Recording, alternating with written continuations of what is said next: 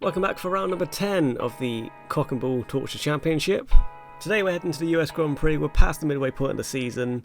It's been a very turbulent first half of the season. We've had a few ups, we've had a few downs, and we've had a lot of spins. But going to another track that I do enjoy. Let's see if let's see how long we can spend in the points before we throw it away, and let's see how we throw it away. Will it be an auto spin curb? Will it be the AI? Will it be a bullshit penalty? Will it be all of the above? Let's find out. Being a track I do enjoy, I was fairly confident about at least qualifying 1. I was hoping to get through the qualifying 3 obviously, and I did feel like I did have the pace in the car pretty early on. On my first run, as you can see, we have to deal with traffic annoyingly at the worst possible part of the track, so we're starting our luck early. Hopefully we're getting the bad luck out of the way. Coming out of turn number 11, however, we get past the McLaren and we're going to get slipstream. Maybe? We might get a little bit of slipstream down the straight. I think it's the Midlands car up ahead, and it's going to actually give us a beautiful tow through the final corner. Look at the top speed of this car. We've never gone this fast in this car. This entire season, we crossed the line. Okay, I was expecting more than that, I'll be honest. We've got 1 minute 11.6 to beat, courtesy of Jacques Villeneuve. Let's see how fast we've gone in this first sector. Let's not. Bollocks. All things considered, I think that was an absolutely brilliant save. Yes, I didn't save it completely, but I could have lost the wheel. I only lost the tyre. Stop judging me. Well, that was short-lived. At the end of qualifying, Michael Schumacher is on pole position ahead of Fernando Alonso with Championship leader Felipe Massa in P4. But on the plus side, no Hondas in the top 10. I look forward to having to overtake them come the race. Okay, so an extremely poor qualifying to start this weekend. However, I do feel confident about the race. I feel like I could get something if I get a clean race. Will I get a clean race? That is the question. Let's find out. Lights out, and away we go for the US Grand Prix. We get our teammate immediately off the line behind Coulthard. As we come down to turn number 1, we hit the back of the Red Bull, so it's been a phenomenal start, but we don't get any damage. We're going to go to the outside of the Toyota, inside of the Williams, up the inside of Mark Webber into the first braking zone, over the horrible curve of turn 1, which I most likely will spin at some point on. We're up into P13, hitting the back of the Honda now as we come through turn number 2. Again, we've got away with no damage. I think I'm genuinely very lucky on that occasion, but we're up into P13. It's been a clean start, it's been a decent start. Not as good as I would have liked, but we've stayed out of trouble. I now have to deal with the concern of overtaking the Honda of Barrichello, but luckily he's got past Christian clean, so I can focus on the Red Bull first. Ideally, I just get them down the straight onto the following lap, because I'm just desperately scared of the Hondas. We get around the outside of Christian Clear, we're going to go up the inside of Barrichello, the following corner. 1 down, let's hope he doesn't dive me into turn number 1. We're going to run wide out of turn number 11, the worst corner I could have run wide at. We just got to hope that we are quicker in a straight line than the Honda. We're going to get the slipstream of Rosberg ahead, and for once, it's actually going to make a difference. We're going to breeze past the Williams as we come on to lap number 2. We've made it to the top 10 from P18 on the grid. Now we're going to be absolutely terrified into the braking zone. Will Rosberg take a wheel off our car into the braking zone? We're going to run wide, leave him space. We're still going to make contact with him. It's very messy through turn number 2, but we've survived. We've stayed in P10. Let's focus on Nick Heidfeld now. In a strange turn of events, it was actually the straights that I was actually quicker than the AI this time. We were under pressure through the entirety of the lap, but the second we hit this straight, we were absolutely flying. Into the braking zone, turn number 1, we were right on the back of the Sauber and the Toyota as they battle for the final points playing position. We get Ralf Schumacher on the exit of turn number 2, and now we're challenging Heidfeld, albeit through the corners, so we're going to have to wait for a lap before we can actually challenge him. But, you know, it may not look it in the corners, but purely down to the OP straight line speed we actually have some pace. Good stuff. You just put in your best time for sector 1. See? Allow me to demonstrate as we come on to lap 4. You can see I'm quite far behind the Sauber around the final corner. However, down the straight, that gap is going to come down extremely quickly and into the braking zone of turn number 1. Well, we're going to send it. We very nearly go into the back of the Sauber and end our race, but we don't, and we're into the points. Now, it's normally at this stage of the race that I have a catastrophic spin or a crash or get a penalty and ruin all chances I have of getting points.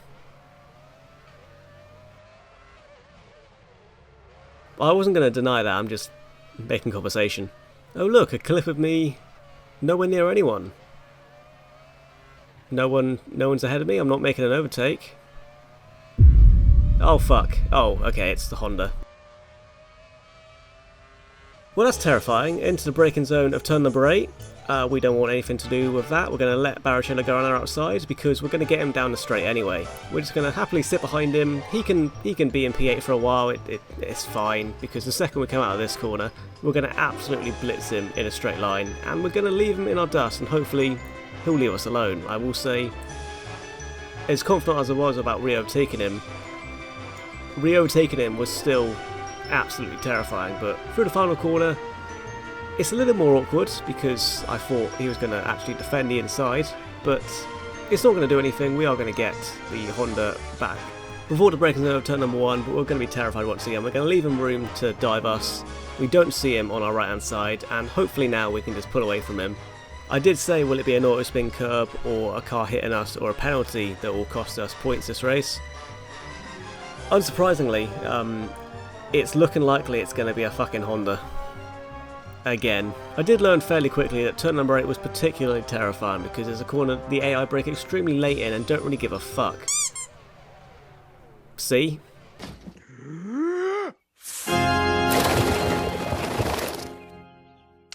Dear Lord, that's the loudest profanity I've ever heard. I mean, it wasn't going to be anyone else, was it? If I was going to be taken out by a car, it was going to be a Honda. Of course it's going to be a Honda. We've lost out on P8, through no fault of our own actually on this occasion. We've got down to P10, so it's not awful.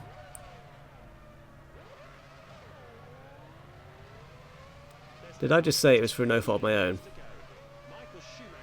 Well, I've never had something aged that poorly, that fast. That's honestly quite impressive. Well, let's take a look at this. I genuinely don't think this is my fault. You're going to see Barrichello is going to dive me into turn number 8. I leave him room, and then I just get caught on his rear wheel, and for some reason the game thinks I should deserve to spin.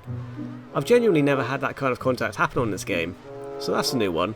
How we lost P10 though, I'm unsure. Unfortunately, I didn't get a replay of that one. There's no footage of that. It was probably Barrichello coming back to finish the job. So because of those two incidents, we have dropped down to P16 and normality has resumed. We're going to try and chase down the pack ahead because we do have some pace at this track. There is quite a few cars ahead of us and a lot of them are coming into the pit at the end of this lap. Are they actually coming into the pit? Yep, we're going to go up to P13, there we go. So it's going to be yet another recovery drive. Let's see if we can make it work. I do think I could get something from this race if I drive a faultless race from here on out. However, I do understand that is a lot to ask. But until Honda was in my mirrors, I was actually driving quite well. It's just very difficult to drive with a Honda around me. I get so tense and terrified, and I just want to cry and scream and curl up into a ball and cry more. Really, you can't blame me for having an incident. I'm under a lot of stress. We're going to go back up into P8. Obviously, again, it's not net position, but it's good to be back up in P8. We'll see how long it lasts because my tyres are quite worn, and that's always terrifying. Especially with me behind the wheel. Oh, it's P9. Nope, it's P8. Cheers, game. And on to lap number 11. It's going to be time for our pit stop at the end of this lap. However, we do have Montoya behind into turn number 8, which is very terrifying. We're going to run wide. We're going to leave him as much room as we possibly can. And still, it's apparently not enough. I don't know how he's struggling to get by me because my tyre's absolutely shot.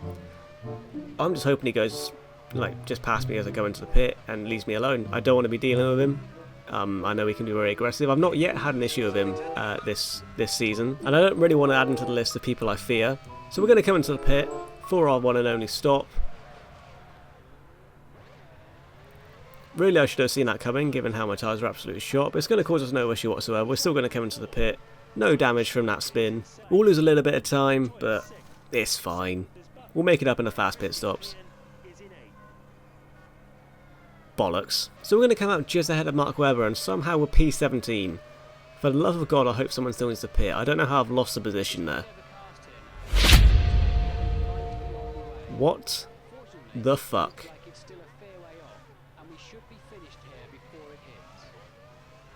I hate this game.